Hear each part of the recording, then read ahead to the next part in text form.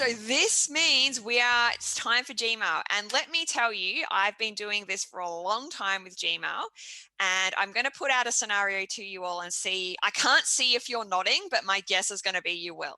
So in my vast experience with this, what I have discovered is that most people have a system for dealing with email, right?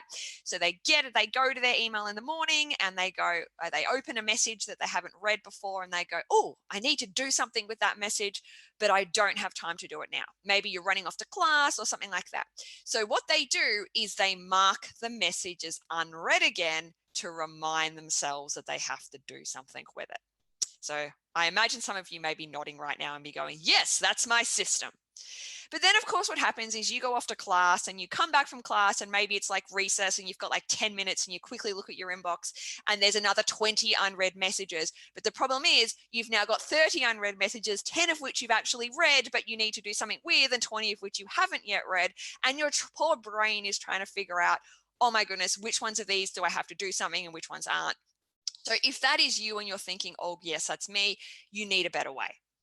So I love Gmail with a passion, and one of the reasons I love it is because of labels. And I'll pop in the shared docs and posts I've written about labels if you're not quite a lover of them yet. What I've done here is I've created two special custom labels, one called follow up and one called waiting for.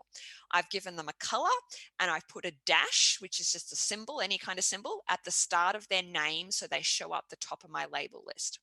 So then when I open an email and I think, oh, I need to do something with this, instead of marking it as unread again, what I do is I come up to the little label button up here and tick say follow up, for example, apply.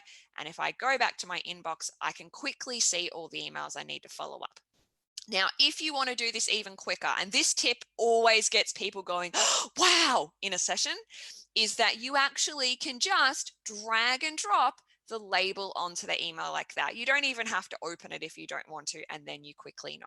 And of course, you can come back in here and click follow up, and you can see all of the emails in one spot. Now, if you love this, you can then take it to another level and actually do a whole custom configuration of your inbox where you have unread messages at the top and then you have dedicated sections for your follow-up. I have a section also called waiting for, which is those emails I'm waiting for people to get back to me on, so I don't have to remember that I'm waiting for people. So that is something I cover in the Gmail deep dive course as an extension of what I've just shown you.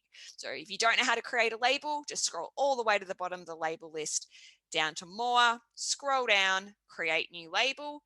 To put the color, you just hover over it, click the little dots, and then change the color there.